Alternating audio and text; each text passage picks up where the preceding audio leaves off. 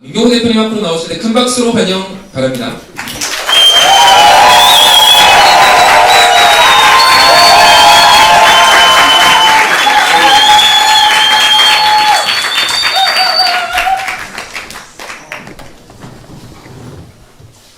네, 안녕하십니까. 반갑습니다. 혹시 나는 주사파가 뭐 주사 맞는 건지 뭔지 잘 모르겠다, 처음 들어본다, 이런 학생 있나요?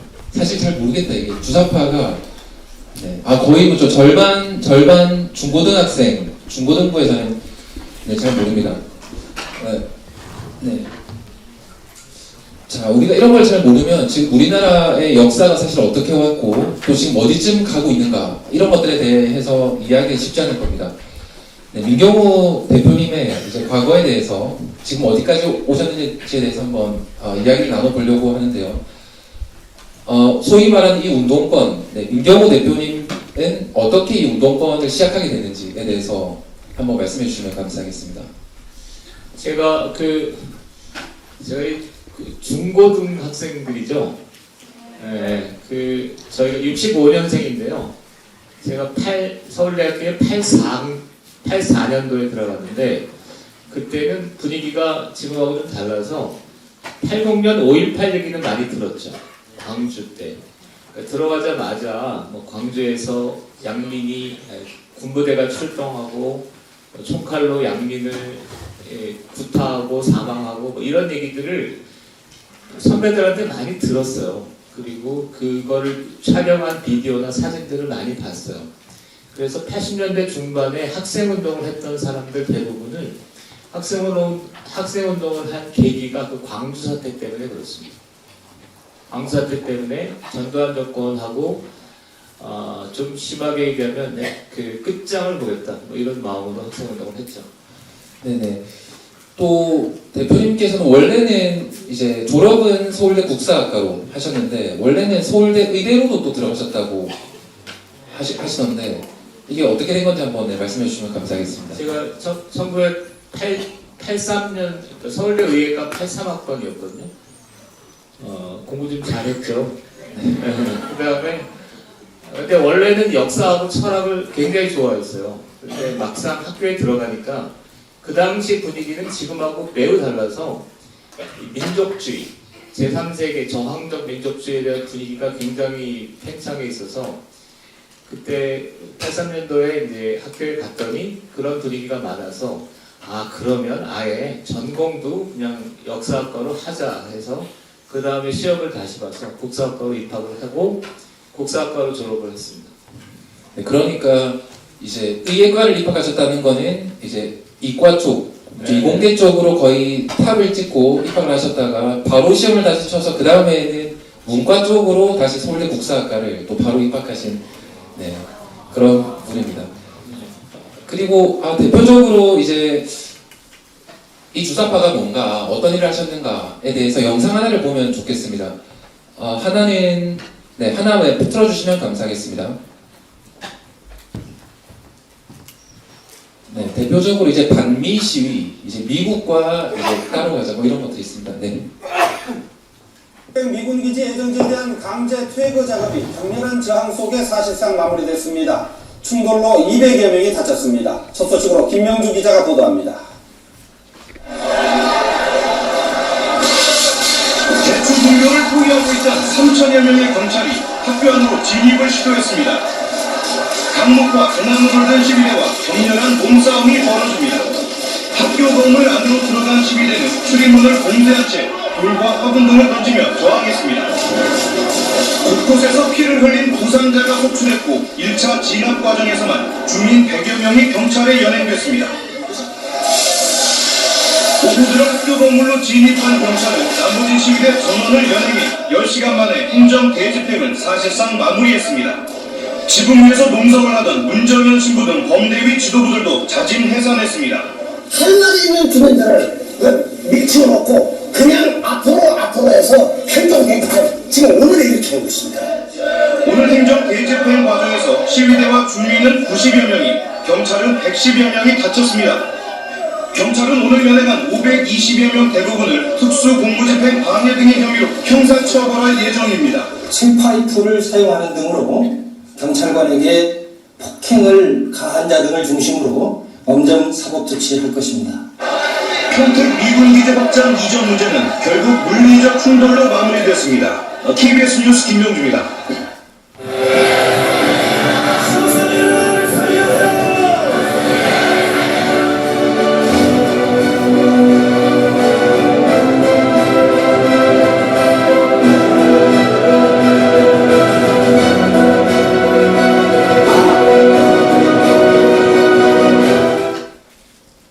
네. 이런 금방 이제 반미 시위라고 하죠, 맞죠? 그러니까 미군 기지가 확장되는 거에 대해서 이제 막 얼마나 인원이 모였고 또 이제 여기서 어떤 역할을 혹시 하셨나요? 그러니까 운동권의 핵심은 반미거든요. 반미라서 제가 역할을 했던 거는 84건이니까 87년 6월 민주화운동이라고 아세요? 알죠? 자, 고개를 끄덕이는 게 건강에도 좋습니다. 그러면 87년 6월 민주화운동 때 제가 서울대 인문대 학생회장이었습니다.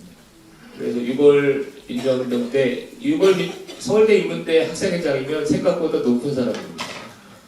그래서 그 6월 민주화운동 때 직선제 투쟁을 했고 제가 보건 때는 직선제까지 했어야 되는데 거기서 그냥 고합니다. 고해서 90년대 범민련 남측본부 사무처장이라고 아시는지 모르겠는데 범민련 남측본부 사무처장이 주사파의 상징적인 조직이에요. 여기서 10년 동안 사무처장을 했고 10년 수배생활을 했고 4년 정도 구속됐습니다. 그 다음에 요 장면은 이제 2000년대 초반에 있었던 반미 시위거든요. 이때 제가 감옥에서 나와서 한 2000년부터 2010년까지 지금하고 달리 반미 시위가 굉장히 많이 벌어졌어요. 그 투쟁을 기획하고 집행했던 사람 중에 한 사람입니다. 그리고 2010년대 중반서부터 내가 뭘 좀 잘못하고 있구나 해서 전향해서 지금까지 여기까지 왔죠. 네네. 그러니까 대표님께서는 감옥에 가신 적도 있다면서 이런 운동을 하시다가 그러면 평생 중에서 감옥을 이제 어떻게 몇 번 이렇게 가시게 된 건가요? 얼마나? 학교 다닐 때 한 번 갔고요. 그다음에 범민련 사무처장 때 2번 가서 총 4년 정도 감옥을 살았죠. 그다음에 10년 정도 수배 생활했으니까 수배라는 건 집에 못 들어가는 거예요. 뭐 그 정도입니다. 네. 이제 그 정도까지 해오시다가 이제 전향을 하시게 됐잖아요. 이제 전향이라는 것도 뭐 다양한 기준이 있을 수도 있겠지만 결정적으로 그리고 이심을 가지고 결정적으로 또 이제 전향을 하게 된 그런 계기가 있으신가요? 전향을 하게 된 이 얘기는 조금 있다가 자세히 하게 될 텐데 좀 웃을지 모르겠는데 서태지와 아이들이라고 아세요? 네, 서태지와 아이들 노래가 92년에 어느 날 내가 이렇게 아침에 일어났는데 서태지와 아이들이 막 춤추고 있는데 예전에는 남자들이 그렇게 춤추는 장면이 없었어요. 남자들은 그냥 이렇게 부르는 거지. 근데 서태지와 아이들이 춤추는 걸 보니까 아까 운동권들은 뭐라고 했냐면 한국이 미국의 식민지라고 생각했다 그랬잖아요. 이상한 생각이라고 느끼지 모르겠지만 실제로 그렇게 생각했습니다. 근데 서태지와 아이들이 막 춤추고 노래하는 장면을 보니까 야, 한국이 미국의 식민지는 아닐 것 같다. 내가 틀린 것 같다. 이렇게 생각을 했습니다. 몇 가지 사례가 있는데 이건 이따가 다시 소개하도록 하고 그 다음에 결정타는 그렇게 해서 이제 2010년대쯤에 생각을 바꿨는데 사실은 결정적인 계기는 조국 사태입니다. 조국 사태 때 운동권이 많이 흔들렸는데 저도 흔들렸죠. 이건 뭐 진보와 보수의 문제가 아니라 범법과 합법의 문제 아닌가요? 맞죠? 네, 저도 그렇게 생각했습니다. 그래서 진보 보수를 떠나서 진보를 펴나가면서 범죄를 합리화하는 자들하고는 내가 한 하늘 아래 살 수 없다. 그리고 그때부터 본격적으로 전향을 했습니다. 네, 어떤 진보의 자부심이라고 해야 될까요? 이제 그런 것들이 어쩌면 무너지는 계기가 됐던 것 같고 또 그러니까 이제 자녀의 어떤 뭐 인턴 증명서 막 이런 것들을 이제 막 위조하고 막 이런 것들에 대해서 이제 이런 것들이 진보의 대표가 될 수는 없다. 그런데 이제 그러고 보니까 지금 대한민국 이번 총선을 앞두고도 조국 신당이 어마어마하게 지금 관심을 받는 것 같습니다. 이 현상에 대해서는 혹시 어떻게 생각하시나요? 조국 혁신당에 관심을 좀 가지시면 좋을 것 같습니다. 그러니까 나중에 총선 이후에 아마 한국 사회를 굉장히 뿌리로부터 바꿔놓을 조직 같은데, 조국신당의 조국이나 뭐 이런 사람도 있지만 제 주변에 같이 운동을 했던 사람들이 대거 들어가고 있습니다. 그 다음에 그 사람들이 굉장히 많이 배운 사람들이고 돈도 많이 번 사람들이에요. 이 사람들이 한국은 이대로는 안 된다. 한국은 근본에서부터 뒤집어 엎어야 된다. 뿌리로부터 바꿔야 된다라는 생각을 가지고 조국혁신당에 들어가서 대판환을 몰고 오고 있는데, 이게 어디랑 겹치냐면 87년 6월 민주화운동 때 제가 저랑 같이 활동했던 사람들이 그렇게 가했습니다. 이해가 되시나요? 인간은 잘 안 바뀝니다. 청년 시절에 공산주의자면 30년이 지나도 공산주의자의 가능성이 굉장히 높은 것 같습니다. 네. 그러면 혹시 공산주의자이면서 이제 우리 뭐 쉽게 말하면 기독교 좌파라고 말하기도 합니다. 이제 공산주의이면서 기독교인일 수 있는 것 같은지, 어떤 것 같은지 한번 이거에 대해서 한번 말씀해 주시면 감사하겠습니다. 이게 질문이 이해가 되셨나요? 공산주의자면서 기독교인일 수 있다, 이런 견해인데, 저는 사실은 대답을 잘 못하겠습니다. 그런데 경험적으로만 본다면 제 주변에 목사이면서 사회주의자인 사람들이 꽤 있습니다. 저는 이렇게 기독교인이면서 이런 분위기는 오히려 어색합니다. 그러니까 목사 중에서도 좌파 또는 사회주의 목사들이 굉장히 많고, 그 사람들은 그 나름의 논리를 가지고 이렇게 나름 하고 있죠. 그 정도로만. 예. 그리고 이 어떤 구도를 봤을 때 이제 전반적으로 우리 한국 교회 같은 경우에는 정교 분리라고 해서 이제 기독교인은 정치에 참여해서는 안 된다, 뭐 이런 생각을 기본적으로 많이 가지고 있기는 합니다. 그렇게 해왔는데, 이제 기독교의 어떤 정치에서의 역할, 기독교인이 만약에 정치에 참여하지 않는다라고 하면 어떻게 될 것 같은지에 대해서도 한번 의견 있으신가요?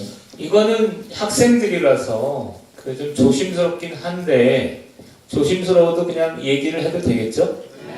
그리고 저 인간이 저렇게 얘기하고 있구나라고까지만 얘기를 들으시면 좋겠는데, 지금은 좀 균형이 무너졌어요. 그러니까 87년 6월 민주화운동 때 저랑 같이 싸웠던 사람들이 많아요. 굉장히 많아요. 근데 이 사람들이 나이를 먹어도 여전히 좀 좌파적이고 그 다음에 진보적이고 그렇거든요. 그래서 여론조사를 해보면 40, 50대가 다 좀 진보적이잖아요. 그런데 우파나 이 보수파들은 다리를 짓고 공장을 짓고 기계를 만들고 이런 거는 많이 했는데, 뭘 안 했냐면 교육하고 영화를 만들고 이런 일을 안 했어요. 그래서 40, 50대 그 중추 세력의 견지에서 보면 좌파, 우파, 보수, 진보 중에서 이쪽이 우위에 있습니다. 지금 뭐 아슬아슬하잖아요. 총선 앞두고. 근데 저는 사실 기독교 잘 모릅니다. 근데 쭉 돌아다녀 보니까 우파나 보수파의 근간, 하나의 뼈대를 이루는 게 기독교 같더라고요. 그래서 기독교인들한테 제가 요청드리고 또는 이렇게 하고 싶은 거는, 하나는 한국 사회의 미래를 위한 건설적인 대안을 만드는데 이 일을 담당해 주셨으면 좋겠습니다. 특히 청년들이. 맞죠? 이럴 때 박수도 쳐주고 그러는 거예요. 그 다음에 두 번째는, 우리는 보통 이제 청년들한테는 공부를 열심히 해라 그러는데, 공부도 열심히 하시고, 연애도 열심히 하시고, 맞나? 이건 큰일 났네. 그 다음에 나라를 지키는 역할도 조금 나라가 그렇게 심상치는 않으니까 적극적으로 역할을 해주시면 굉장히 고맙겠다, 이런 생각이 듭니다. 네, 마지막으로 가기 전에 이제 드릴 질문은, 이승만 대통령에 대해서 최근에 이제 혹시 건국전쟁 안 본 분이네요. 안 본 분, 건국전쟁 영화 안 본 분. 네, 굉장히 몇 분 적게 계시네요. 대표님도 건국전쟁 영화를 보신 것 같은데, 이승만 대통령에 대해서 어떻게 생각하시는지, 혹은 이제 건국전쟁을 보고 느낀 점을 말씀해 주시면 좋겠습니다. 이승만 대통령은 저는 솔직히 얘기하면 지금도 좀 감정이 그러는데 많이 울었습니다. 이게 왜 그러냐면, 이승만 대통령은 박정희 대통령이 그건 넘어가고 운동권이 역시 좀 이따 얘기하겠지만 집중적으로 폄하했던 대상입니다.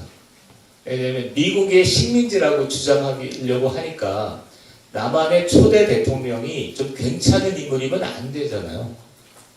이해가 되시나요? 네, 그러니까 이승만을 집중적으로 폄하했기 때문에 이게 퍼져서 저는 주사파 시절에 86년, 7년, 8년도에 후배들하고 세미나 할 때 야, 이승만은 절대 나쁜 놈이야. 이승만을 폄하해야 우리가 살아. 그러고 가르쳤는데 지금 쭉 세월이 흘러서 학원 강사들이 대학교 교수들이 그러고 있어요. 깜짝 놀랐습니다. 그래서 제가 어디 가면 주사파의 가장 성공적인 프로젝트가 이승만 격하운동입니다. 그 다음에 두 번째는 제가 울었던 장면 중에 하나는 보시면 4월 23일 날 이승만 대통령이 병원에 가서 학생들을 위로하는 장면이 있잖아요. 보셨나요? 저는 알고 공부를 꽤 많이 했거든요. 근데 왜 그 사진을 지금에서야 봤을까? 그러니까 인간이 이렇게 무서워요. 옛날에 어딘가 봤겠죠. 그런데 미국의 식민지라는 이 레토릭에 맞추려다 보니까 그 사진은 무시했던 것 같아요. 그런데 지금 와서 보니까 4월 19일 날 유혈 사태가 나잖아요. 그리고 나서 나흘 만에 대통령이 그 병원에 가서 학생들을 위로했다면, 자, 그러면 질문, 이승만 대통령이 잘못한 게 있겠죠. 그죠? 그런데 나흘 만에 병원에 가서 학생들을 위로했다면 제3세계에 많이 있는 잔인한 독재자하고는 좀 다른 거 아닙니까? 그렇죠. 그러니까 공과 과가 있는 그런 거지. 그게 뭐 4.19의 책임은 전적으로 이승만한테 있고 이승만은 그것 때문에 더 이상 용납할 수 없는 독재자다. 그런 거 아니잖아요. 우리는 그렇게 가르쳤어요, 후배들을. 그리고 후배들을 타고 이제 청년들까지 왔죠. 그런 면에서 이승만에 대한 거는 아마 그러니까 한국 이 사상운동, 사람들의 어떤 생각과 마음이 근본적으로 바뀌는 계기가 될 거다라고 생각합니다. 이승만을 적극적으로, 그리고 이승만 대통령의 업적이 너무 많아요. 이승만을 격화시키기에는 업적들이 너무 많아. 그리고 그 있잖아요. 한미동맹 퍼레이드 하잖아요. 맨하탄 시티에서 70만 명이 참가하는데, 그런데 제3세계 그 후진국 지도자가 어디 그런 대접을 받습니까? 미국에서. 그렇기 때문에 이승만은 한국의 사상 문화 어떤 생각들이 큰 변화를 일으키는 계기가 될 거다라고 생각합니다. 네, 이승만 죽이기 운동을 하고 이제 막 서울대 후배들에게 이승만 나쁜 점을 가르쳤던 이제 민경호 대표님께서, 그런데 이제 시간이 한 40년이 지나고 나서 이제 이승만에 대해서 생각이 또 바뀌시고 오히려 이승만을 새롭게 공부하는 거야말로 뭔가 대한민국을 새롭게 할 뭔가 시작이다라고 말씀해 주시는 게 굉장히 인상 깊은 것 같습니다. 자, 그러면 네, 지금부터 이제 강의로 이제 넘어가서 강의를 듣고 또 다시 이제 질문하는 시간, 질의응답하는 시간으로 넘어가겠습니다. 네, 이제 강의를 시작할 텐데 네, 박수로 환영해 주시면 감사하겠습니다.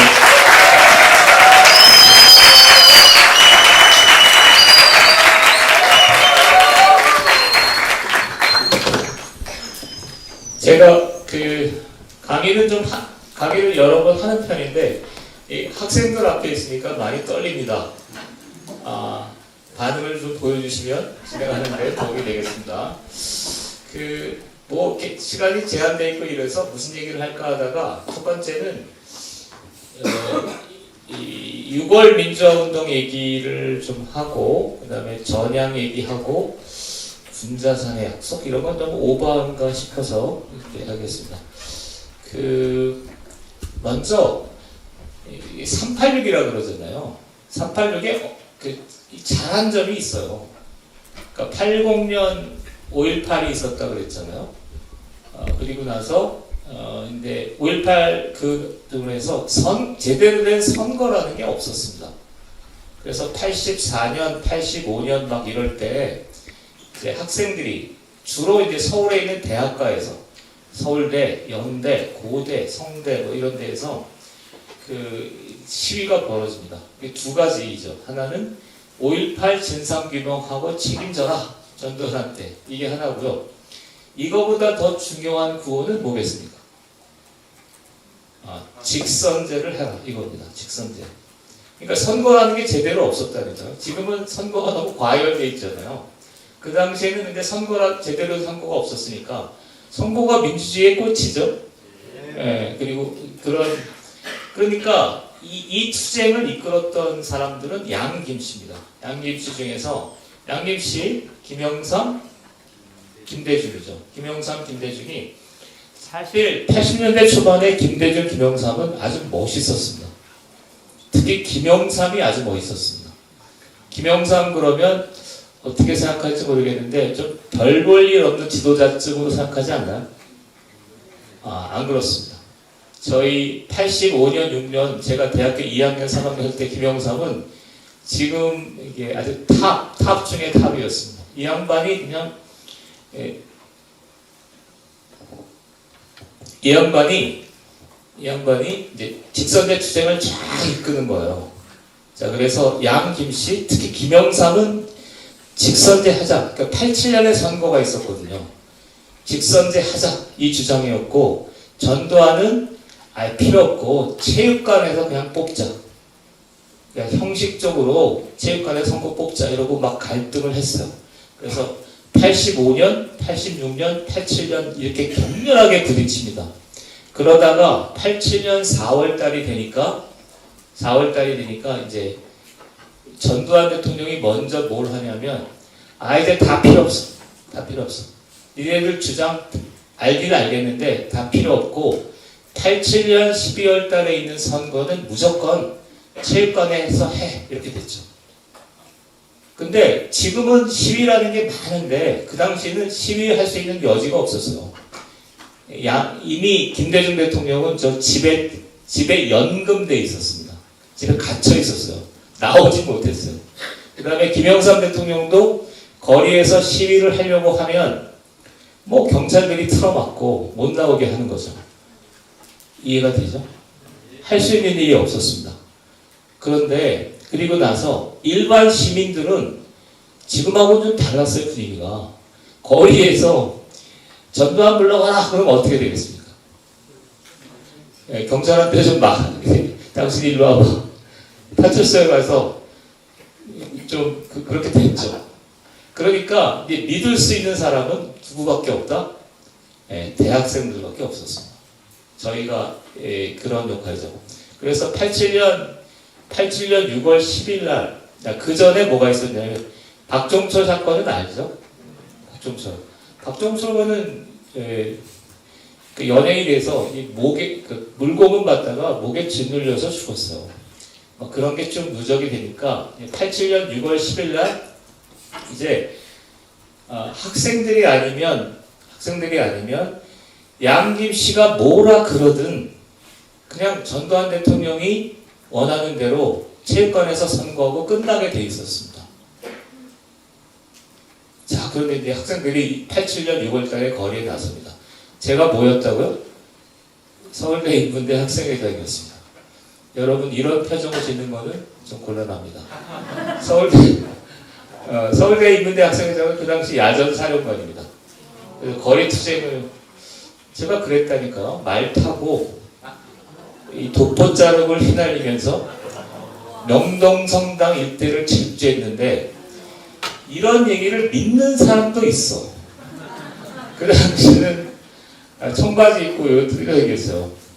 근데 저희가 이제 그 6월 10일 날 남대문 시장에서 동을 떴습니다. 동을 떴는데 동을 뜬다는 건 어느 그 시위대 주동이 나가서 뛰면 같이 몇천 명이 거리로 나가는 거죠. 그러니까 전경들하고 일진일퇴를 하는 거죠. 근데 6월 10일 날 나는 끝날 줄 알았어요. 우리가 늘 당해왔거든요. 근데 학생들이 너무 많이 나간 거예요. 서울대 그때 세보니까 서울대 한 5,000명, 서울대가 2만 명이거든요. 2만 명인데 거리로 그날 집회를 했더니 한 12,000. 학교 완전 철시. 교수들까지 다 나왔어요. 다. 그리고 12,000 모여서 그래도 거리에 나가는 건 겁나니까 한 5,000명 나가고 서울대 5,000, 연대 5,000, 고대 5,000 막 이런 식으로 나온 거예요. 몇만 명이 나와서 이제 싸운 건데 전경 병력이 그렇게 많지 않아요. 전경 병력이 많지 않으니까 그러니까 그 정도 나오면 그러니까 거리로 나가면 전경들이 해산시켜서 거리 통행이 가능하게 해야 되잖아요. 통행이 불가능해집니다.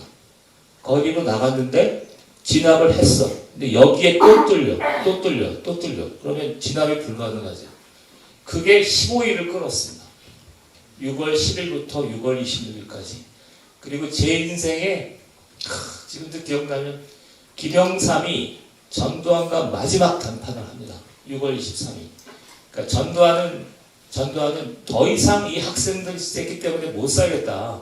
군부대를 출동하겠다. 군부대를 출동하면 광주사태처럼 6월 사태가 나니까 너 이거 받아. 체육관 선거 받아. 그런데 김영삼이 지금 제가 볼 때 김영삼을 그러니까 나쁘게 평가하거나 저평가하는 것은 역사 왜곡입니다. 김영삼이 아주 깡다고 있는 지도자입니다. 전두환이 딱 위협을 하니까 안 돼. 나는 저 사람들을 믿고 끝까지 싸운다. 이게 6월 23일 날 있었던 일입니다. 그리고 나서 6월 26일 날 마지막 항쟁이 시작됩니다. 마지막 항쟁이 시작돼서 완전 거리를 휩쓸었어요. 제가 그 거리에 또 명동성당 거리에 도포자루를 휘날리면서 말 타면서 거리를 휩쓸었죠. 보름 동안 꼭 있었어요. 보름이 뭐야? 87년에. 그래서 막판에 저는 여기서 전두환도 높이 평가합니다. 여러분은 전두환을 어떻게 평가하는지 모르겠는데 만약 그때 군부대가 출동했다면 많이 죽었습니다. 그런데 어쨌든 전두환이 노태우한테 권력을 딱 이양하면서 끝내버리잖아요. 전두환이 좀 호응해 주세요. 이러면 안 되십니까? 전두환도 멋진 지도자입니다. 만약에 군부대가 출동했다면 많이 당했을 겁니다. 한국 정치는 생각보다 멋있는 장면들이 많아요. 정치 리더들이 한쪽으로 편향돼서 그렇지 정치 리더들이 고비마다 결정적인 진로를 했습니다. 자, 첫 번째 얘기를 요약하면 이겁니다. 직선제가 중심이었잖아요. 그리고 우리는 87년에 쟁취한 직선제의 연장선에 있잖아요. 이걸 87년 체제라고 하죠. 체제라고 부릅니다. 됐죠? 그런데 이 직선제를 주도했던 게 누구라고요? 양김씨입니다. 그리고 특히 김영삼입니다. 그런데 막판에 김영삼과 김대중이 주도했던 직선제 쟁취 투쟁이 벽에 부딪힙니다. 할 수 있는 게 없었습니다. 양김씨는 그냥 집에서 연금돼 있을 수밖에 없는데 그때 활로를 연 사람들이 누구라고요? 대학생들이죠. 그런 면에서 대학생들의 업적을 높이 평가할 필요가 있습니다. 저한테도 이런 밋밋한 대접을 하시는 것은 어울리지 않는 대접입니다.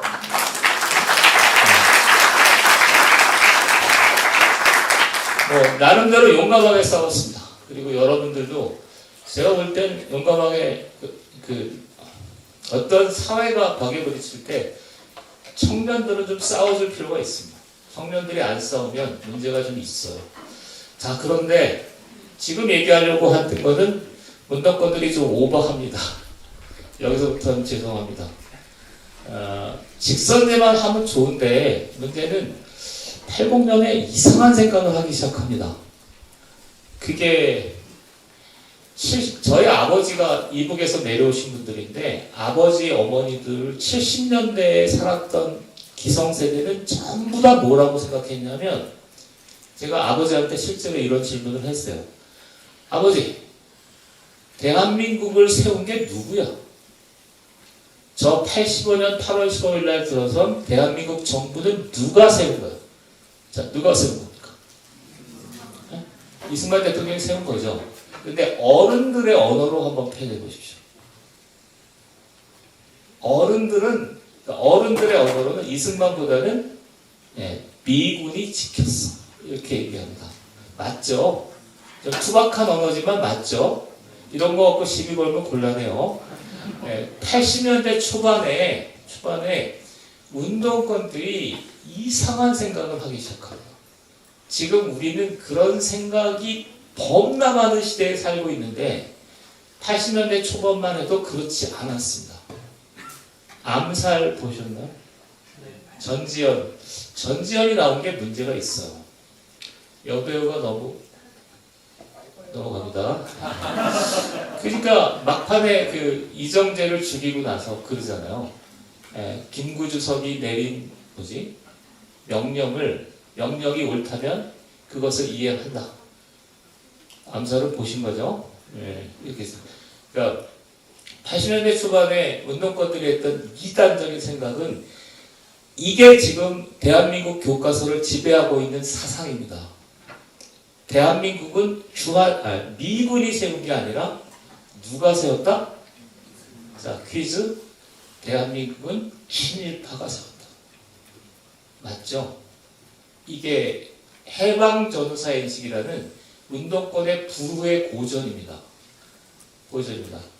친일파가 세웠다. 그리고 대한민국이 여러분 친구들도 이 얘기를 많이 합니다. 저는 학원 강사입니다. 우리 학원에서 애들도 이런 얘기 많이 합니다. 대한민국이 이 모양 이 꼴인 거는 친일 잔재가 청산되지 않아서 그렇다. 이런 얘기 많이 들어보셨죠? 미친놈 새끼네. 야, 너 어제 일본 여행 15일 갔다 온 거 기억나? 미친놈 새끼. 아니 나한테 와서 대한민국은 친일 잔재가 청산되지 않아서 이 모양 이 꼴인데, 야야 이 새끼야, 이 모양 이 꼴이 뭔데? 너 어제까지 15일간 일본 여행 갔다 왔어. 기억나? 미친놈. 그 다음에 또 하나가 있냐면, 학원가에는 수학 선생이니까, 이게 제트 스트림이잖아요. 이거 많이 쓰죠? 이 새끼가 이걸로 팍 수학 문제 풀다가, 선생님, 우리 학원 선생님 그러던데요. 대한민국은 친일파가 세운 나라라면서요. 야, 이 새끼 공부나 해. 그 사상의 뿌리가 여기에 있습니다. 몇 가지가 하나고요. 두 번째는 여기다가 뭐를 운동권이 덧붙이냐면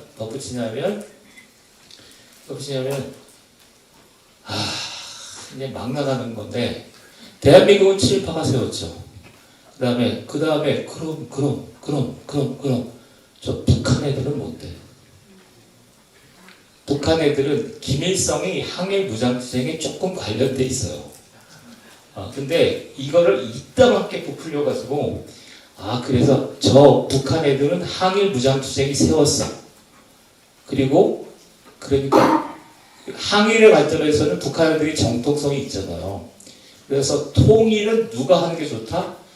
북한 주도의 통일을 하는 게 옳다. 그것이 무력을 통해서라도. 이런 말 처음 들었죠. 이게 80년대 중후반에 서울 대학가에서 퍼지는 얘기입니다. 주사파입니다. 주사파는 주체 사상을 신봉하고 김일성, 김정일의 충성을 맹세한 사람들이라고 정의하면 몇 명 안 됩니다. 몇 명 안 돼요. 근데 주사파는 여러분 생각보다 많습니다. 굉장히 많아요. 근데 자기가 주사파라는 얘기를 안 해서 그렇지. 주사파의 버전은 뭐다? 남과 북에서 남한은 친일파가 세웠고 북한은 항일 무장투쟁 세력이 세웠으니까 북한이 주도하는 통일을 하는 것이 옳다. 그리고 그것이 때로는 비평화적인 방법, 무력을 통해서도 그렇다. 80년대 중반에 있었던 사상입니다. 이게 주사파입니다. 느낌이 어떠신지 모르겠는데. 그리고 이게 주사파고요. 그 다음에 그런데 문제가 된 거는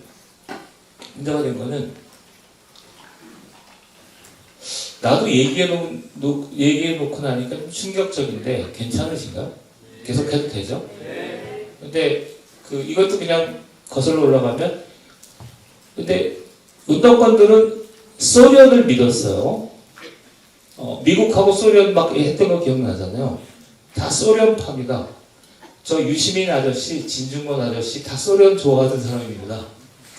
저기 조이현 아저씨들 소련 미국은 제국주의고 소련이 인류 문명을 책임지고 나갈 사회체제다라고 했는데 그 소련이 80년대 후반에 갑자기 막 무너졌잖아요. 그건 갑자기 무너졌어요. 91년도에 몇 년도에 태어난 거야 도대체? 왜 이렇게 늦게 태어나고 야단이야? 아니 동시대를 살지 않았으니까 얘기가 안 되잖아.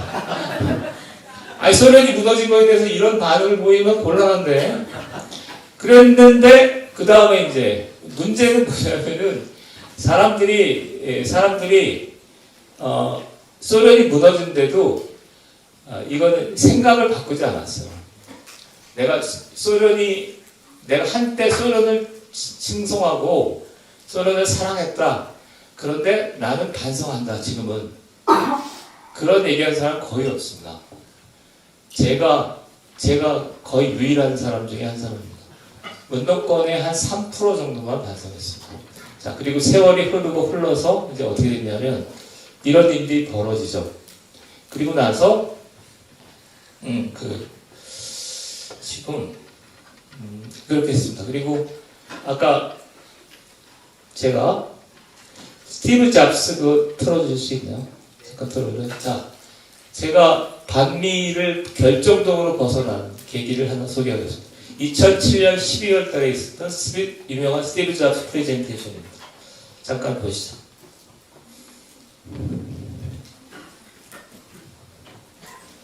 스티브 잡스가 아이팟, a phone, 휴대폰, and an internet communicator. An iPod, a phone. Are you getting it? These are not three separate devices. This is one device. And we are calling it iPhone. Today, Apple is going to reinvent the phone. 얘기만 하고 이제 전 마칠 텐데, 제가 볼 땐 훗날 이거잖아요, 이거. 이때는 태어났어요. 태어났나? 그때는 근데 이거잖아요, 이거. 옛날하고 완전히 문명을 갈라놨잖아요, 이게. 이 아저씨입니다. 스티브 잡스입니다. 근데 저는 이 영화를 보면서, 이 프레젠테이션을 보면서, 한국의 반미 운동은 끝났구나. 이런 생각이 들었습니다. 왜 그렇게 생각했냐면, 반미 운동이 가능하려면 이게 가능해야 돼요. 미국이 잘 살고, 미국이 잘났다 그래, 니네. 그런데 니네들은 제국주의고 탐욕스럽고 비도덕적이야. 이게 말이 돼야 되거든요. 이거 어떻게 생각하십니까? 스티브 잡스 이거 양복 화창하게 입고 그냥 꼬장꼬장하게 프레젠테이션 하는 게 아니잖아요. 터틀럭 입고 이게 아주 편안하게 입고 그렇잖아요. 제가 사실 인상 깊었던 게 여기에 있던 그 미국의 아저씨들이 같이 어울리고 웃으면서 이렇게 편안하게 즐기잖아요. 그러니까 미국이 2010년도부터 그러니까 새롭게 문명을 주도하잖아요. 그리고 그 주도하는 게 우리가 이제 지금의 미국을 볼 때 혁신의 아이콘이라고 부르잖아요. 네, 그렇죠. 예. 훌륭한 친구입니다. 그래서 이때부터는 이제 반미가 더 이상 안 통합니다. 그래서 미래상안에서 제 후배들이 반미 시위를 가끔가다 해요. 이 병신 같은 놈들이 어떻게 하냐면은 아이폰 들고 해. 니네 병신 같은 새끼들이 반미를 하는 거야. 친미를 하는 거야. 그러면 신발도 이렇게 신고 해. 그 다음에 안 믿겨지겠지만 저희들은 스타벅스 안 가기 운동을 했거든요. 골동품이죠. 스타벅스. 근데 요즘 스타벅스 가면 너무너무 편안해. 왜 이 지랄이야 이거. 그래서 내가 그 스타벅스 안 가기 운동을 했던 그 스타벅스가 맞아? 이런 거죠. 그래서 결론적으로 얘기하면 하여튼 그 80년대 중후반에 있었던 그거 반미, 친북 세계관을 지금 계속 이어져 왔어요. 그런데 2007년 이후에 이런 것들이 되면서 반미운동의 지반이 무너지고 있다. 뭐 그런 얘기입니다. 제게 주어진 시간이 다 됐을 것 같아요. 자, 그러면 훌륭한 강의였던 것 같습니다. 힘찬 박수를 보내주십시오.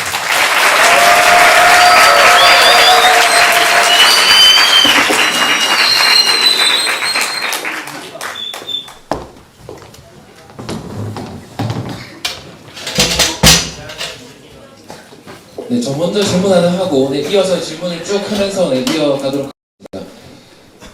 그런데 그러면 이제 그 반미운동이라고 해야 될까요? 이제 이런 것들이 힘이 굉장히 약해졌는데 여전히 이 주사파가 남아 있는지에 대해서 말씀해 주시면 감사하겠습니다.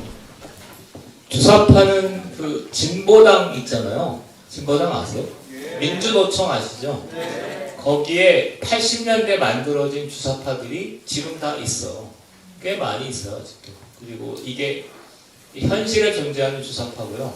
그 다음에 민주당 국회의원들이 한 160명쯤 되는데 그 중에 70명 정도가 운동권 출신입니다.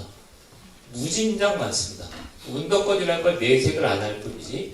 그래서 여기에 70명 중에 상당수가 운동권은 전부 주사파라고 보시면 됩니다. 그러니까 PD 뭐 이런 얘기 하는데 몇 명 없어. 그렇고, 그다음에 세 번째 문제가 되는 건 80년대 후반에 제가 길러낸 후배들, 이 교사가 되고 영화 감독이 되고 그랬거든요. 근데 이 친구들이 어느 날 만나면 너 왜 그렇게 과격하니? 이런 거죠. 이런 게 지금 주사파로 남아 있어요. 그러니까 이제 지지자가 주사파인 건 아닌데 이제 결국은 그 가장 위에 있는 이제 국회의원이라고 할 수 있죠. 우리 법을 만들고 하는 분들의 상당수가 어쩌다 보니까 이제 주사파가 상당수가 있다. 이렇게 이해할 수 있는 것 같습니다. 하나의 영상만 보고 나서 그 다음에 질문 이어가겠습니다.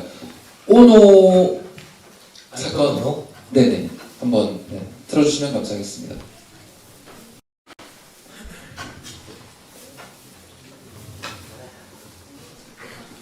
경기를 보았나야 나라 fucking USA 그렇게 금메달이가 좋으냐 더러운 나라 fucking USA 이래도 미국이 정의로운 나라가 도대체 왜 우린 할 말도 못하는가 우리가 식민지 나라의 노예인가 이제 왜 진이라 올림픽 금메달 훔쳐가 비열한 분노 fucking USA 네, 이것도 이제 관련이 있으시다 맞죠? 이거는 왜 웃었어요? 나 때문에? 이게 안토노도 2002년도에 월드컵 할 때 그때 완전히 그냥 그 한국을 뒤집어 놨던 사건이죠. 근데 불행했던 사건이거든요. 그러니까 안토노가 그런데 이거를 운동권이 의도적으로 반미로 몰았어요. 제가 그 주역이 중요한 생각입니다. 네, 감사합니다. 자, 그러면 당시 그러니까 2002년이고 2007년도에 이제 아이폰 나오고 이렇게 하면서 반미가 과연 이게 맞는가? 우리가 대한민국이 정말로 미국의 식민지인가? 뭔가 좀 이상한데 이렇게 이제 바뀌신 거죠. 자, 질문을 받겠습니다. 네, 궁금한 건 네.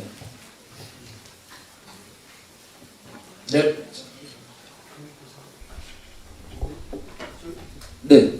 지금 먼저 강의 잘 들었고요. 굉장히 운동권이나 586, 386에 대해서 그 시초가 어땠는가, 또 NL 계열이 어떤 건가 좀 다시 한번 정리를 할 수 있었는데, 지금 총선 얼마 남지 않은 가운데 여야에 가장 많이 나오는 게 운동권 청산이 가장 얘기가 많이 나오고 있는 걸로 아는데, 운동권 청산이 실제로 여야 안에서 어떻게 이루어지고 있는지, 또 그게 실효가 있고 또 각 국회의원에서 NL 계열의 주사파가 많다고 하셨는데 그러면 그 사람들을 제외하고 세울 수 있는 운동권을 청산하고 세울 만한 국회의원이 있는가가 좀 궁금합니다. 야, 너무 가까운 얘기를. 그래서 지금 운동권 청산은 될 것 같아요. 어느 정도는 될 것 같은데 문제는 비켜가면 질문을 제가 볼 땐 청년 정치가 좀 문제입니다. 그러니까 뭔가 이렇게 없애야 될 대상은 있는데 그거를 메꿀 사람이 지금 없어요. 청년 정치가 좀 실패했다고 저는 보거든요. 청년 여성을 우대하고 이러는데 그게 안 되면서 제가 볼 때는 두 가지 역할을 같이 해야 되는 것 같아요. 운동권 정치인들을 몰아내는 게 하나고 두 번째 그거를 대체할 만한 세력이 등장해야 되는데 이 후자가 지금 미진하죠. 아마 이번 총선은 청년들이 많이 진출 못할 것 같은데 예. 너무 총선과 가까운 일이라서 제가 어물쩍 넘어갔습니다. 네, 감사합니다. 네, 또, 네, 뒤에서, 네, 질문해 주세요. 크게 큰 소리로, 큰 소리로.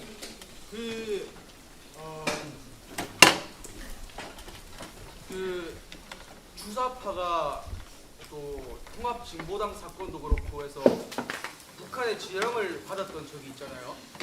그러면 궁금한 게 뭐냐면은 아직도 지금 남은 주사파들이 북한의 지령을 받고 활동하고 있는가 궁금합니다. 네, 지금도 감춰도 있는가? 네, 지령. 네. 통합진보당을 계승한 게 진보당이고 민주노총의 중앙집행관부 거의 대부분이 주사파입니다.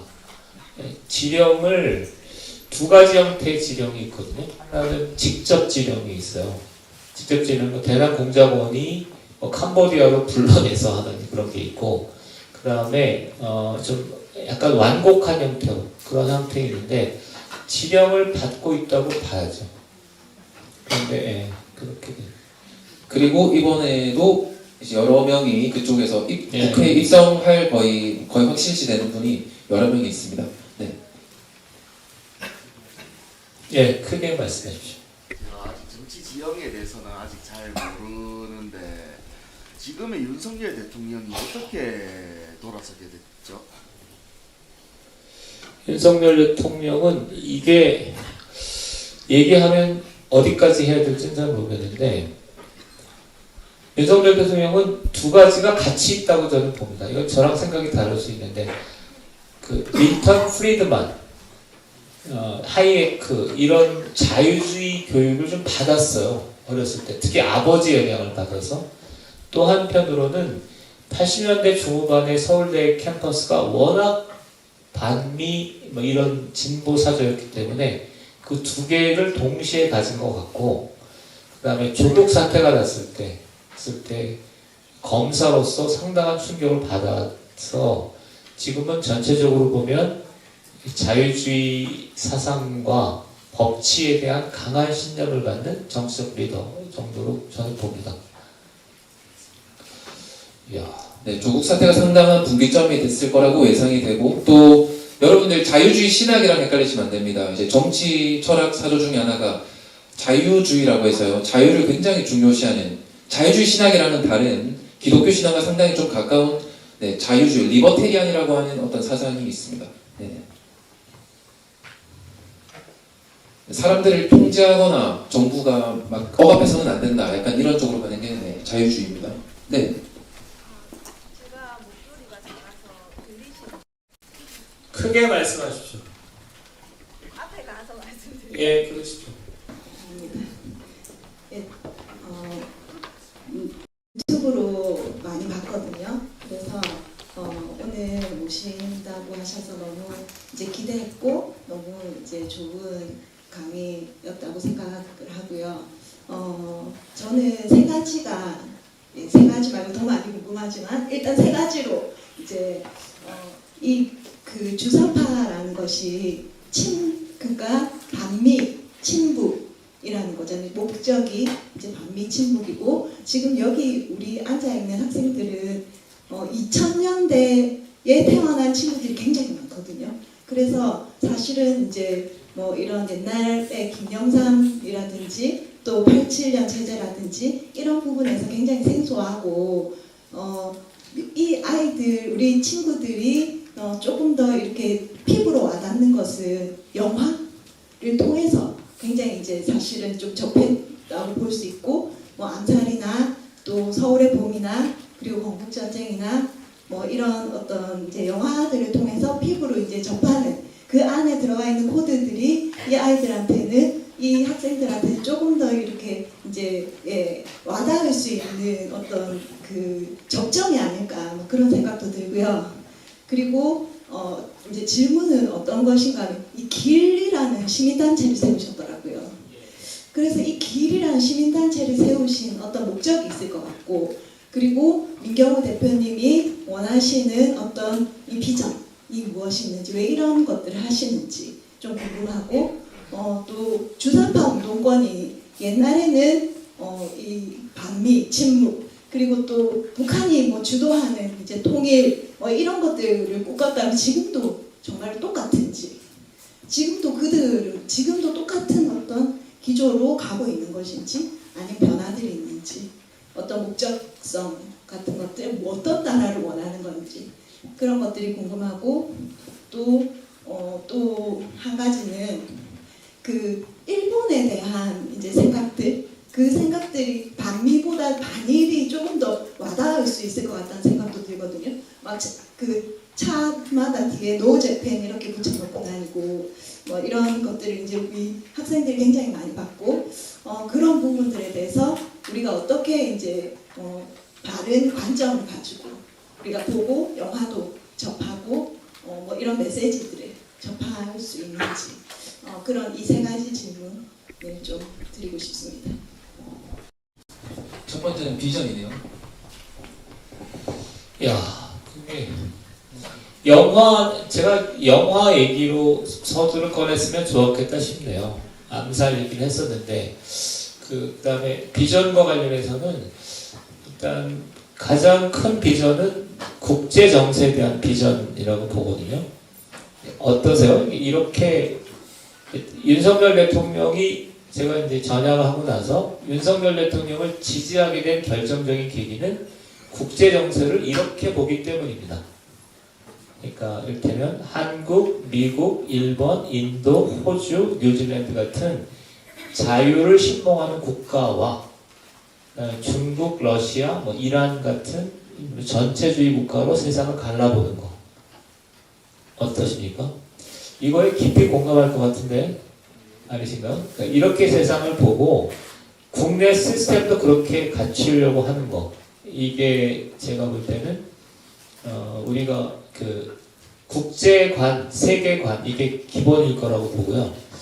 두 번째는 시민단체 길은 제가 길 상임대표인데 학생들이 이거에 관심 있을지 몰라서 그러니까 저는 제가 주요한 목표 중에 하나는 40, 50대가 굉장히 어떤 세대에서 40, 50대가 약간 좌파스러워요. 그게 어렸을 때 생각이 그대로 간다 그랬잖아요. 근데 제 경험이 독특한 경험이 그랬기 때문에 40, 50대를 최대한 설득해서 20대 여러분이 세상에 나갔을 때 자유롭게 꿈을 펼칠 수 있도록 40, 50대 이 똥차들을 좀 치워놓겠습니다. 그 다음에 40, 50대가 걸림돌이 되지 않도록 하겠습니다. 그 다음에 반일 문제를 한번 주의 있게 보시면 좋겠는데 아까 제가 스티브 잡스 프레젠테이션을 하는 거는 오해하지 마시는 거는 주사파들은 반일 문제에 관심이 없었습니다. 반미입니다. 격렬한 반미 시위를 벌이잖아요. 그런데 갓근 전술이라고 있습니다. 갓근이 뭐냐면 이 갓이 있잖아요, 어린들. 여기 끈이 이렇게 2개 있잖아요. 이 김일성의 교훈입니다. 저도 이것에 따라서 반일 운동을 가끔 했는데 갓근 전술이라는 게 이게 미국이고 이게 일본이에요. 반미 시위는 잘 안 되잖아요. 그럴 때 쓸데없이 반미 시위 하지 말고 그냥 반일 시위 해야 하는 겁니다. 그러니까 반일 시위를 해서 일본과의 관계가 끊기면 가시 이렇게 넘어가잖아요. 그래서 목적을 달성할 수 있어 그런 겁니다. 그래서 두 가지 생각이 드는데, 하나는 스티브 잡스 프레젠테이션 이후에 한국에서 반미 시위는 더 이상 통하기 어렵습니다. 그랬더니 반미와 반일이 밀접히 연관되어 있었는데 반미가 안 통하니까 반일을 키운 겁니다. 약간 지금의 반일 시위 한 60%는 의도적인 겁니다. 암살 영화를 순진하게 영화인들이 예술적 어떤 측면에서 만들었다고 생각하시면 곤란합니다. 상당히 정치적인 겁니다. 반미 키운 게 있고요. 그 다음에 두 번째는 아까 얘기했던 것처럼 반미 잘 안 되니까 반일 갖고 흔들어 이런 겁니다. 그래서 지금의 반일 운동은 상당히 정치적인 겁니다. 자, 이 정도 질문에 답하는 걸로 하시고. 네, 또 두 번째 질문에 그것도 있었네요. 과연 지금 현재 정치권에 있다고 하는 그 주사파 출신들, 이제 그분들의 생각이 비슷할 것 같은지, 이제 그분들은 혹시 생각이 많이 바뀌었다고 하면 어떤 의도로 정치를 하고 있는 것인가? 네, 이런 질문이. 생각이 바뀐 측면이 있고 안 바뀐 측면이 있거든요. 바뀌었다는 건 뭐 김일성 어쩌고 이런 건 안 바뀌었겠죠. 반미 이런 것도 지금 뭐 반미 했다가 난리 나잖아요. 바뀌었는데 뭐는 안 바뀌었냐면 이런 건 안 바뀌었어요. 친일파. 그러니까 아까 주사파의 원형이 대한민국은 친일파가 세웠다 나라다 이거라 그랬잖아요. 그런 게 안 바뀌었어요. 그런 게 안 바뀌고 또 뭐가 안 바뀌었냐면 이거는 뭐 시간이 없어서 못했는데, 그러니까 이를테면 이렇게 그런 옛날에 우리가 갖고 있던 생각, 권력관 이런 게 안 바뀌었습니다. 권력관이라는 게 이건 시작하면 너무 오래 갈 것 같아서 넘어가시죠. 반일 정도로만 하시죠. 네, 감사합니다.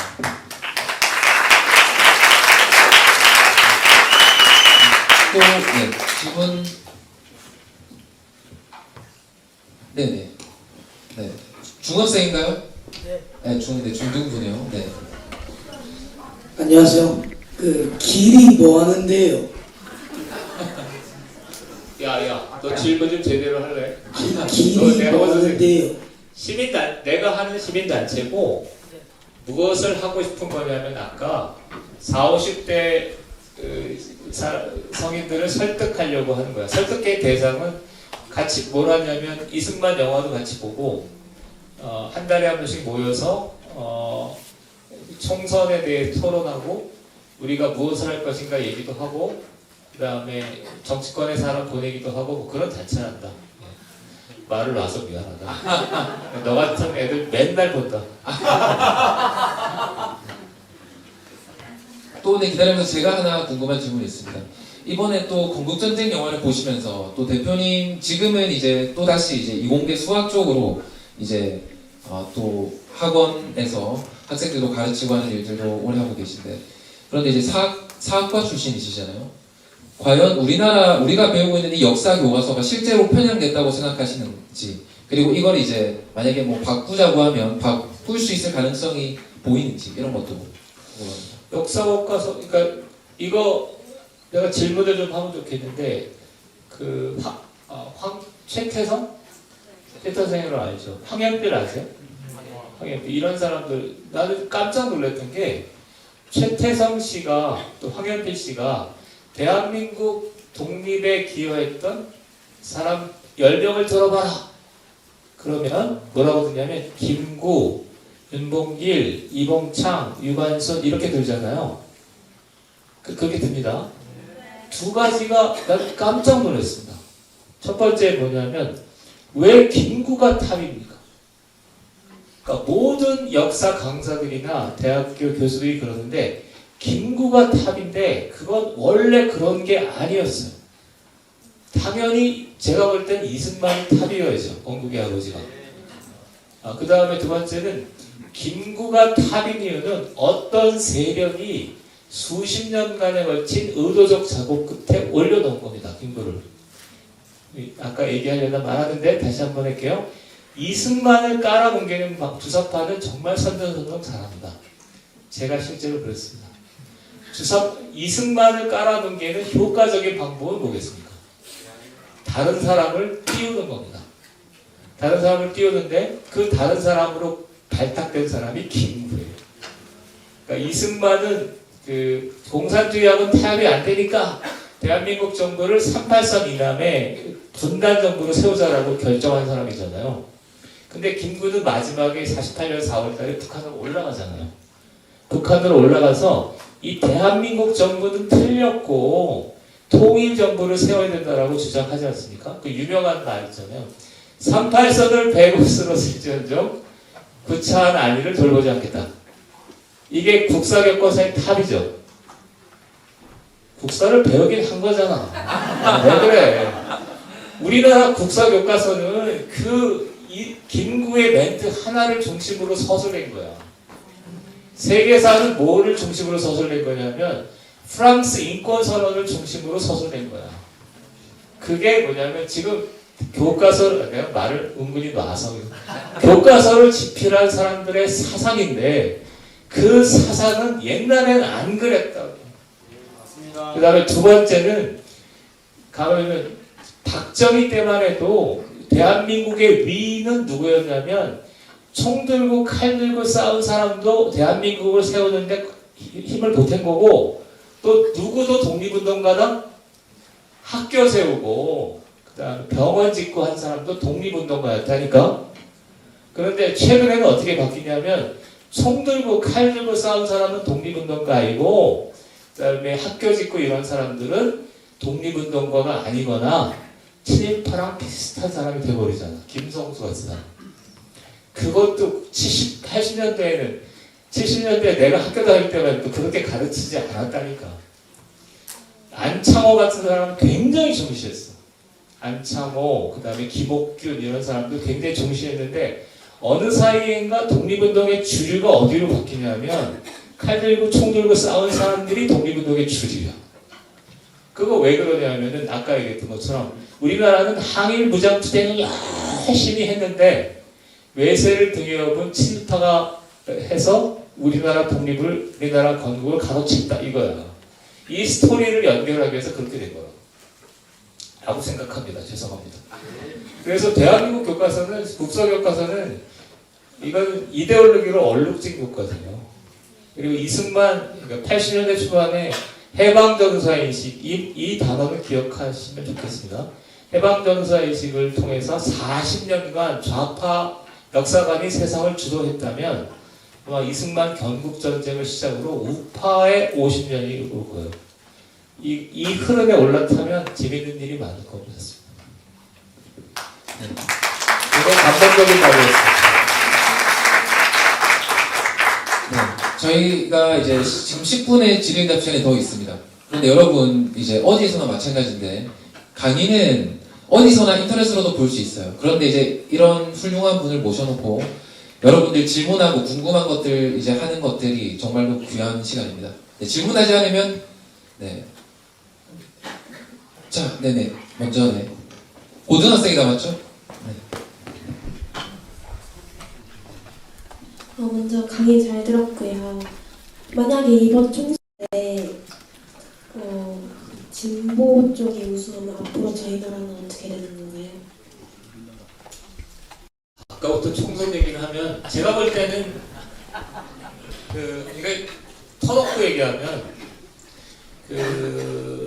만약에 보수가 이기면 이재명 대표는 굉장히 곤혹스러운 상황에 몰릴 것 같아요. 대충 그 다음에 알겠죠? 이런 얘기도 되는 거죠? 정치의식이 굉장히 높은 동네로 지금 보이는데 그 다음에 두 번째는 그리고 그 야당은 근본적인 재편 작업에 들어가겠죠. 그 다음에 만약에 진보가 이기면 이게 지금 뇌관 중에 뇌관이 그 이재명 대표의 인적 안위예요, 안위. 감옥을 안 가야 되거든. 그러니까 감옥을 안 가기 위해서 뭔가 조치를 하겠죠. 그래서 제가 볼 때는 탄핵이니 그다음에 무슨 이런 법적 조치를 취하고 거리 투쟁을 할 것 같아요.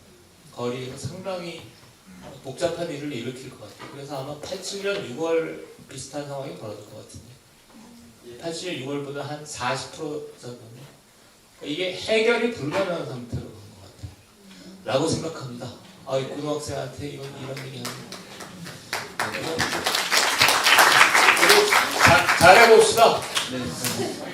우리 거리에서 뭐 하는 건 제가 선수입니다. 제가 앞장서고 하니까. 젊으실 때는 오랫동안 반미투쟁으로 몇십 년 동안 열심히 이제 제가 이게 활동하시고. 키가 작고 이래 보여도 거리에 나가면 아까 얘기했잖아요. 백마 타고 도포장을 휘날리는데. 네. 네. 저는 김모수라고 합니다. 저는 89학번이고요. 저도 이제 학교 다닐 때 워낙 데모를 많이 했기 때문에 너무 좀 사무친다 해야 되나? 그렇게 이제 학교를 다녔는데 저는 이제 학교 다닐 때 거의 1년에 한 70일 정도는 데모한다고 공부를 못했고 방학도 없었어요. 그 방학 때 공부하고 그 다음에 방학 때 중간고사 없이 그냥 기말고사만 치고 이렇게 이제 해서 데모가 너무나도 좀 힘들었던 그런 시대를 살았는데 지금 이제 저희가 여기 이제 우리 목사님이 대표님을 또 이렇게 초청해서 이렇게 하게 하고 학생들을 이렇게 깨우치게 하는 목적 중에 하나는 이제 정말 우리가 지금 이 세대가 어떻게 지금 스탠스를 취해야 되고 앞으로 어떻게 가야 되는지를 좀 스스로 깨우치게 하기 위해서 이렇게 하고 있다고 생각하거든요. 근데 지난번에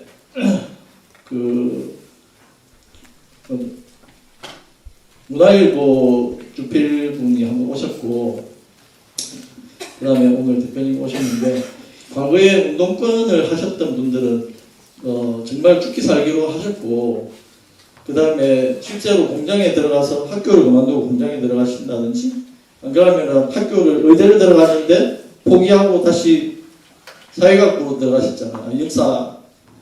그렇게 우리가 기독교를 치면은 예수님을 믿기 위해서 우리가 자식이나 전투나 이런 걸 버리고 복음을 전하는 것에 자신을 쏟아부었던 제자들처럼 그 운동권을 하셨던 분들은 마치 제자들이 자식이나 전투나 모든 것을 버리고 예수님을 따랐던 것처럼 그 이상으로 그게 비슷하게 하셨단 말이에요.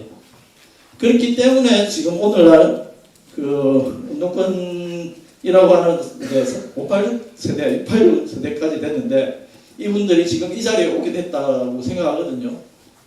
그래서 저는 지금 이제 지난번하고 이번에 이렇게 느끼는 게 뭐냐면 우리가 과연 이 정도 스탠스를 해가지고 과연 이 나라를 살릴 수 있을까?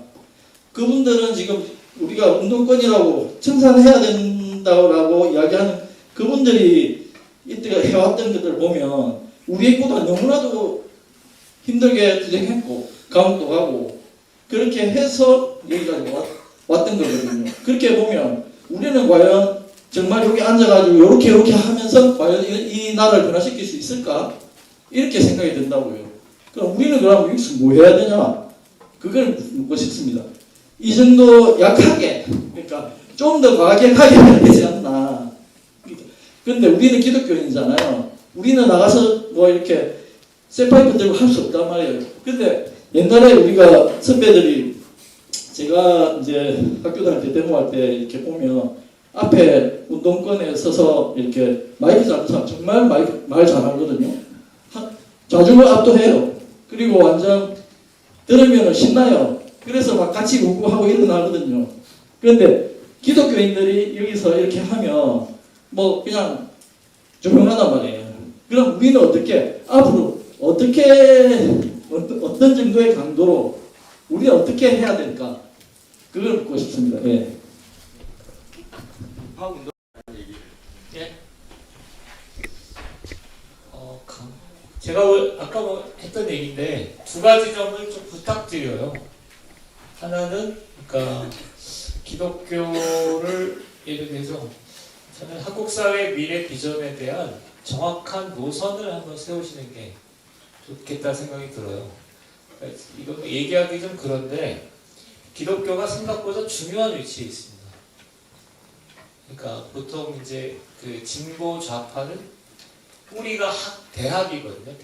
대학과 공장인데 여기에서 이제 새로운 어떤 에너지를 많이 만들어낸 건데 우파는 어디가 있을까 궁금한데 일단 이런 게 있거든요. 기업, 군대 이런 조직들이 우파인데 여기는 정치적으로 뭘 이렇게 개입하기가 그렇잖아요. 그러니까 이거는 좀 논외로 한다면 제가 보는 데는 교회가 굉장히 중요한 조직인데 교회에서 좀 복잡하잖아요. 저기 광화문에서 막 집회하고 이러시면 아이 저거는 사람들하고 잘 안 어울리는데 왜 이거 제가 제대로 가고 있는 거니까 이러네. 요게 하나 있고 두 번째는 두 가지 생각이 드는데 하나는 사람들을 많이 좀 길러내시고 조직을 만들고 이런 게 하나 필요하고 근데 옳고 어쨌든 간에 지금은 약간 변곡점에 와 있습니다. 그러니까 여러분이 원튼 원치 않든 간에 기독교가 사회 참여를 적극적으로 하실 때가 된 것 같은데요. 아닌가? 사회 참여라는 건 이 상당히 이 한국 사회에서 중요한 위치에 있는 걸로 보입니다. 그래서 적극적으로 아까 영적인 역할을 하셨는데 영적인 역할을 해주시기를 바랍니다. 네네 마지막 질문을 네. 제가 교회관에서 이제 여러 사람들하고 얘기를 할 기회가 있어서 또 뭐 지금 실시간에 나가고 있기 때문에 자세한 얘기를 못하지만 어제도 어떤 또 교수님하고도 얘기를 하고 왔는데 지금 뭐 너희들 그 기독교 탄압한다 뭐 코로나 때 세계적에 뭐 탄압했다 그렇게 생각하지 마라 이렇게 말하는 사람들이 엄청 많아. 그러니까 종교가 우리나라처럼 자유로운 국가가 있냐 언제 나라에서 교회를 탄압했냐 그러니까 이렇게 접근하는 거죠. 근데 또 저희가 알기로는 분명히 주사파라든지 이런 좌파 쪽은 기독교에 대해서 저거 해야 된다라고 생각하고 있다고 들었고 많은 사람들은 그런 거 아니야 그런 거 없어 라고 얘기합니다. 그러면 이제 이전에 몸담았던 분으로서 이제 질문하는 건 기독교를 어떻게 보고 있습니까? 그런 사람들 우리나라 기독교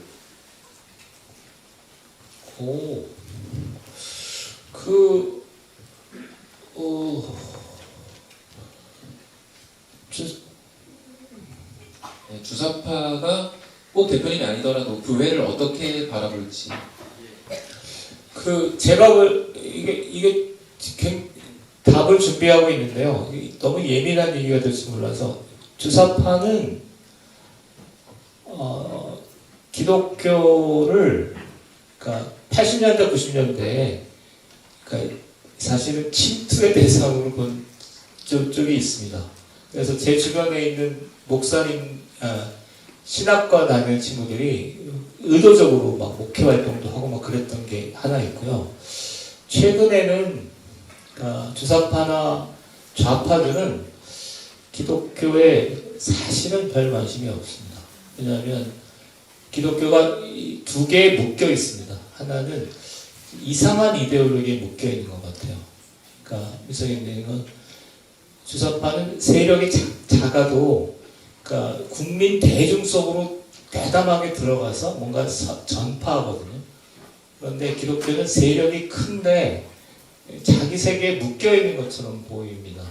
그래서 우리는 이렇게 세력이 커도 이렇게 국민 대중 속에서 움직이려는 풍토와 어떤 노선과 사상이 없으면 그렇게 큰 관심은 없거든요. 그러니까 약간 세력은 이렇게 큰데 괜찮아요? 약간 마이너 같은 느낌이 들어요. 그러니까 이게 우리가 제가 이제 서울대학 학생운동을 할 때 좋았던 게 뭐냐면 한두 명 거리에 나가서 뭘 하는 게 대단한 힘은 없거든요. 근데 세상을 향해서 그냥 외치는 거예요. 군부독재 따라 이러면 그게 막 몇천 명한테 영향을 미치잖아요. 무슨 얘기인지 알겠죠? 재판부 제가 이제 가장 자랑스러운 기억으로 삼았던 것 중에 하나는 재판정에 딱 들어가면 3번 구속됐다 그랬잖아요. 나는 국가원법을 인정할 수 없다라고 딱 시작합니다. 그러면 판사가 아주 황당해해요. 그리고 뒤에 조폭들 있잖아요. 조폭들이 조용해집니다. 그때부터. 판사는 왕이거든요. 그런 게 있어야 돼요. 지금도 교회, 제가 이제 바라고 싶은 거는 나라와 사회에 관한 뚜렷한 노선을 세우고 그 노선에 따라서 그게 세상에 무슨 얘기를 하더라도 대담하게 과감하게 주장하고 그것을 위해서 헌신하고 희생해야 된다. 그래야 어떤 조직은 삽니다. 근데 그 힘과 어떤 역량에 비해서 자꾸 이렇게 너무 좀 스스로 좀 작아지려고 하는 거 아닌가 하는 느낌을 전 솔직히 좀 받습니다. 아, 제가 외람된 얘기를 했다면 죄송합니다. 근데 그러니까 뭐 기독교인 1000만 명이라고 해봤자 사실은 뭐 아무것도 안 하고 있는 것 같고, 사회적으로 봤을 때는 그런 거는 별 관심 없거나 어차피 영향력이 없는 어떤 조직이나 어떤 뭐 하나의 종교일 뿐이다. 뭐 이렇게도 이제 볼 수 있다. 이제 이렇게 말씀해 주신 것 같습니다. 그리고 제가 하나만 들었던 얘기를 좀 말씀드리자면 80년대 굉장히 운동권의 핵심 중추로 활동하셨던 분인데, 이제 일부러 교회 이제 목사님들도 일부러 키우는 거예요. 일부러 신학교에 들어가게 하는 거예요. 이제 이런 것들을 꽤 했었는데 80년대 방금 말씀해 주신 것처럼 제가 서울에서 청년부 하면서 있었던 그 교회 청년부 목사님이 내가 가장 존경하는 교수님이고 목사님이다라고 한 어떤 목사님이 있습니다. 그분이 사회주의 운동을 열심히 하시는데, 그런데 80년대 운동권 하셨던 그분이 정확히 이제 그분 이름을 대면서 말하더라고요. 그 교수, 그 목사, 유명합니다. 상당히 유명합니다. 이제 목사님들 사이에서. 그 목사가 그때 우리가 이제 파견해서 나갔던 서울대 출신. 그리고 이제 신학 대학원 가서 목사가 되고 교수가 된 사람인데 굉장히 영향력이 있습니다. 정확히 이름 대면서 나는 그 사람이 사실 기독교인인지 나는 잘 모르겠다. 어쨌거나 우리 때는 일부러 교회에 침투하기 위해서 들어갔던 사람이었다. 네, 뭐 그렇게 이제 말했던 사람도 기억이 납니다. 네, 저희가 원래 토론할 시간이 있는데 이것도 하나의 일종의 토론이라고 조금만 더 할게요. 질문도 더 있으셔가지고. 네, 김보경 목사님. 오늘 귀한 강의 너무 감사합니다. 이게 교회가 세상을 향해서 대중성, 영향력 잃어버린 이런 것에 대해서 또 저희 교회가 반성하고 저희들이 왜 세상을 향해서 힘을, 영향력을 잃어버렸는지 저희들도 함께 고민하겠습니다. 또 세상을 알고 또 우리 민경호 대표님 같으신 분이 또 복음을 알고 이렇게 해서 세상을 향해서 진짜 진리의 측면에서 이렇게 좀 선한 영향력, 또 대한민국 안에서 큰 영향력을 미쳐주시면 좋겠다는 바람을 먼저 전하면서 질문을 하나 드리겠습니다. 일반적인 보수와 진보, 좌파와 우파, 우리가 일반적으로 이해하는 다른 나라와 또 우리나라라는 이 특별한 지형이 있는데 남과 북이 갈라져 있고 또 주사파 내지는 종북이라는 그 영향을 또 자이든 타이든 받고 있고 또 그게 중심적으로 이렇게 흘러가는 이런 영향 속에서 우리가 그냥 일반적인 좌파와 우파, 보수와 진보 이런 개념으로 이해를 해도 되는지, 아니면 조금 우리가 다른 스탠스를 가지고 좌파와 우파를 바라보는 것이 맞는지, 이런 질문을 한번 드려보고 싶습니다. 예, 그거는 그러니까 보통 서구에서는 민족, 국가 이런 건 우파거든요. 그런데 우리나라는 이 주사파 영향, 김대중 노무현 정권의 영향 때문에 민족, 국가, 화해, 협력, 통일 이런 거는 좌파잖아요. 이렇게 봅니다. 사회 경제적인 문제는 비슷할 것 같습니다. 그래서 네, 민족주의 면에서는 네, 좌파 우파 부분이 우리나라에는 이제 세계 1번과 약간 다를 수 있다 말씀하셨고, 네. 죄송합니다만 지금 대표님께서는 혹시 사회주의자는 아니신 거죠, 현재? 저는 사회주의자 아닙니다. 버렸습니다. 네. 한참 전에 버렸습니다. 네네. 네, 네네. 저기 선생님.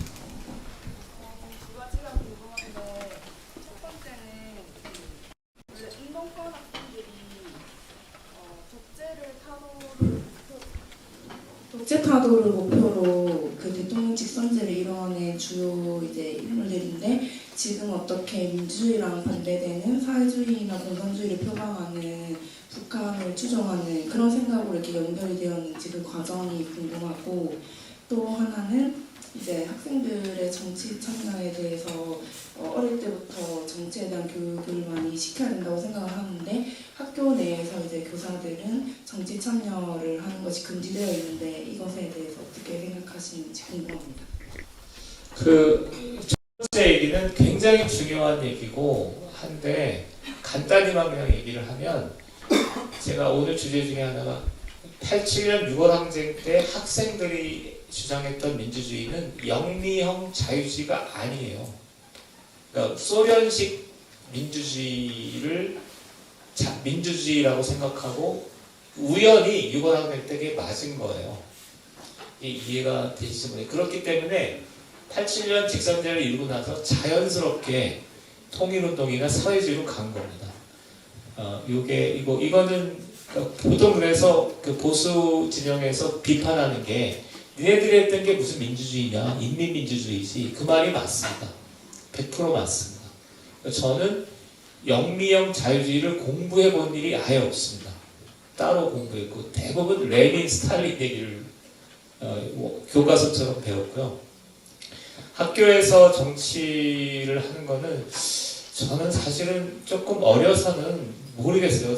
이건 제가 그냥 잘 모르겠어서 하는 말인데, 조금 어려서는 조금 놔두는 것도 괜찮지 않나 이런 생각도 들고, 그 다음에 지금처럼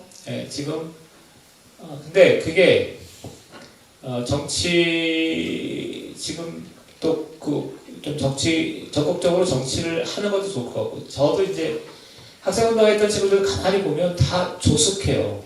저도 좀 조숙했어요. 그래서 어려서부터 정치 동아일보 사설 보고 자랐거든요. 그러니까 혼자 배워놓으면 또 문제가 있어요. 그러니까 이상한 생각을 하기 때문에 정치를 좀 할 필요도 있겠다 생각이 들고, 이거 왔다 갔다 합니다. 잘 모르겠습니다. 네, 마지막으로 이거 지금 제가 여쭤보고 마무리하겠습니다. 네, 질문 있었나요? 네, 저기 하고 제가 마지막 질문하고 마무리하겠습니다. 자기 신분을 밝히고 질문하세요. 네, 저는 중학교 이주환이라고 합니다. 먼저 대표님의 좋은 강의 감사드립니다. 제가 질문하고 싶은 것은 두 가지인데요. 첫 번째로 저희 중학교 1학년 사회에서도 뭐 교육 등에서 뭐 이승만은 독재자다 이런 듯한 그런 말이 많이 나오고, 여러 가지에서도 그런 말이 많이 들리는데, 저희 같은 10대들이나 젊은 세대들은 그 당시에 살지 않았으니까 와닿지도 않고, 그리고 다른 진실을 배울 기회가 없으니까 교육하는 그대로 받아들이기도 쉽고, 그렇기 때문에 저희가 구분을 하기도 힘들고 또 판단하기도 힘들기 때문에, 혹시나 대표님이 하시는 그런 좌파적 그런 거를 판단하고 옳고 그름을 판단하는 방법이나, 혹은 저희 젊은 세대들이 그쪽으로 빠지지 않게 조심해야 될 것 같은 거를 말해주시면 좋겠고요. 두 번째는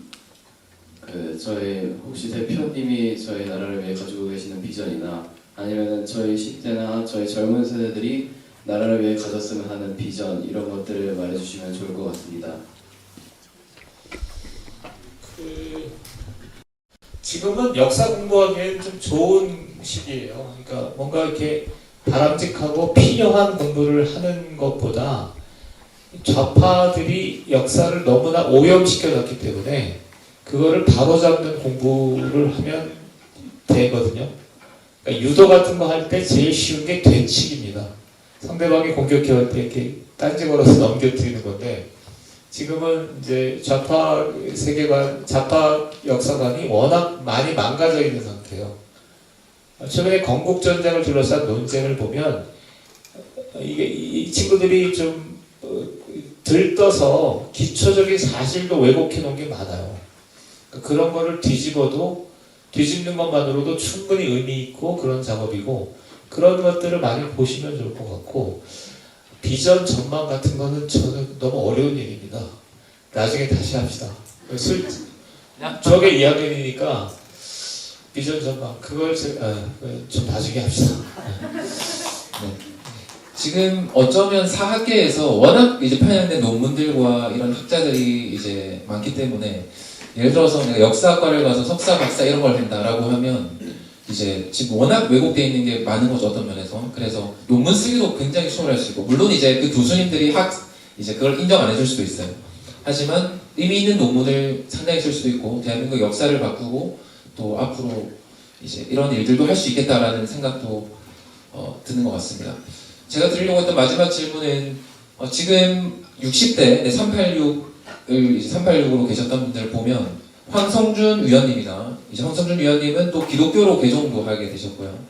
또 민경호 대표님은 아직 크리스천은 아니지만 또 기독교에 대해서 약간 좋은 생각을 가지고 알아보고 계시는 중인데 이렇게 이제 전향하신 분들이 계시고 또 전향을 안 한 이제 유시민이라던가 뭐 지금 이제 국회의원분들도 계시고 이렇게 하는데 이분들이 원래는 이제 자본주의를 타도하자 이런 걸 많이 하셨던 분이잖아요. 그런데 지금 현재 이 60대까지 와서 봤을 때 평균적으로 어디가 좀 경제적으로 유복하거나 이제 이런지도 약간 궁금합니다. 전향하신 분과 그대로 전향 안 하고 지금 사회주의 약간 이런 마인드를 가지고 지금까지 계신 분들.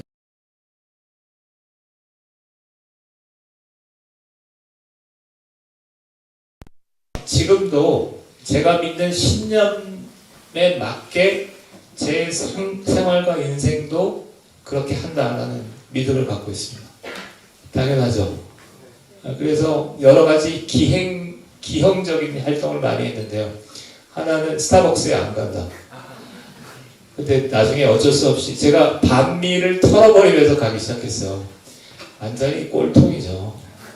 그 다음에 우리 아들 학원 보내는 거에 대해서 학원 안 보낸다. 그랬는데 이 새끼가 가더라고요. 그다음에 세 번째는 이게 386들이 많이 이런 고민 속에서 살았는데 우리는 자기 집을 그러니까 수익의 형태로 갖지 않는다. 이게 이해되시죠? 집은 그냥 정주하는 것이다라는 믿음을 가졌어요. 그래서 제가 좀 부잣집이거든요. 부잣집에서 태어났는데 기껏 있는 아파트를 이제 팔았어요. 2000년대 초중반에 그렇게 했던 사람들이 많아요. 그래서 전향했던 사람들은 대부분 자기가 믿는 신념대로 자기 인생을 산다라는 거였기 때문에 자본주의에 적응하지 못하고 가난하게 살고 있습니다. 근데 유시민이나 이런 분들은 안 그렇잖아요. 내로남불은 난 도저히 납득이 되질 않아요. 그게 이제 혁명가를 꿈꿨던 사람들인데 혁명가가 뭐 집 한 채 갖고 애들 그런 거 갖고 그러는 건 저는 지금도 이해할 수 없고 납득할 수 없고 그렇게 살기 때문에 저희가 이제 그거를 보면서 분노했던 거고 그다음에 훨씬 그 지금 잘 살죠. 훨씬 잘 살죠. 지금 혁명을 외치는 사람이 굉장히 잘 사는 사람들이 혁명을 외치는 이상한 시대를 살고 있습니다. 네, 그러면 이제 지금 사회주의 운동을 하셨던 지금 사실 하고 계시는 분들이 정말 자본도 상당히 우리나라에서 굉장히 많이 쥐고 있고 교육 권력을 쥐고 있다 이렇게 볼 수 거의 잘 아시는 입장에서 거의 사실이라고 볼 수 있을 것 같습니다. 자, 그럼 오늘 민경호 대표님 모시고 오늘 강의와 토크쇼는 여기서 마무리하도록 하겠습니다. 네, 박수로 감사합니다.